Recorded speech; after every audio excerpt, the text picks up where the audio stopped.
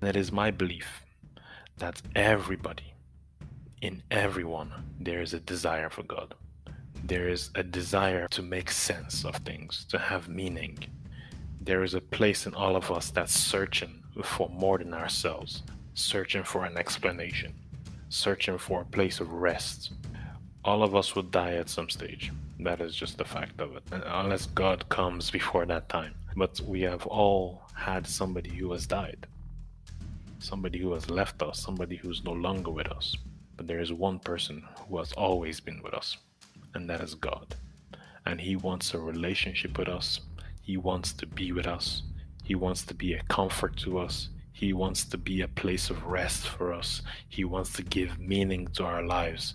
He was the one who created us. He was the one who had the plan for our lives. He was the one who had the purpose for our lives. He was the one who had a vision and created that vision. And I think, and I'm speaking for myself definitely, I would like to know what that vision was. I would like to know where I fit in all of this. And that's what this series is about. Family matters. Going back to the Creator, going back to the Father, and saying, here I am. I want to know where I fit in all this. I want to know what you saw of me, what you thought of me, what your plan was when you created me.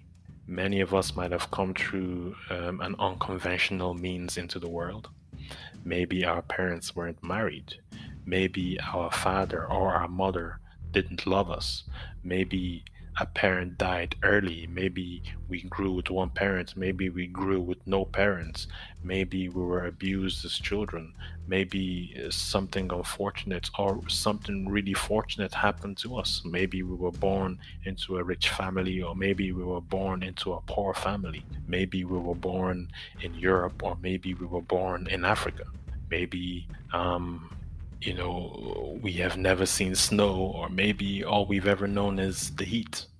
But the fact of it is, there is a plan for every single one of us, and the person who knows that plan is God, the creator of every single one of us. Absolutely. And actually, God says so much in the Bible as well. Jeremiah 1, verse 5, it talks about, and this is God speaking to Jeremiah, it says, before I formed you in the womb, I knew you. Before you were born, I set you apart. I appointed you as a prophet to the nations.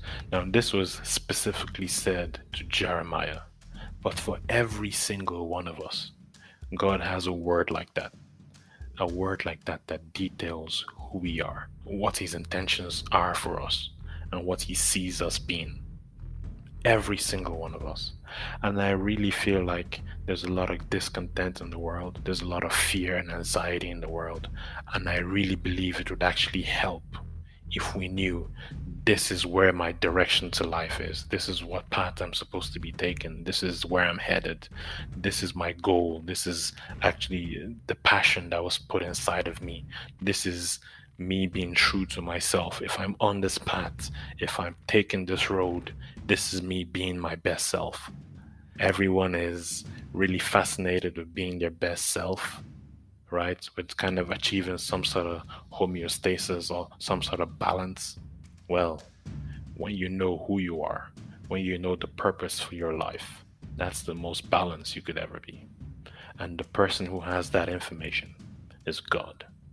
And the fact of it is, just like God wanted to say it to Jeremiah and did say it, He's not a respecter of persons. He doesn't prefer one person over another. If He's saying it to Jeremiah, believe me, it is the Christian belief, it is the Christian way, it is the Christian understanding that God would say this to every single person who asks Him, God, Holy Father, what is my purpose? Why did you create me?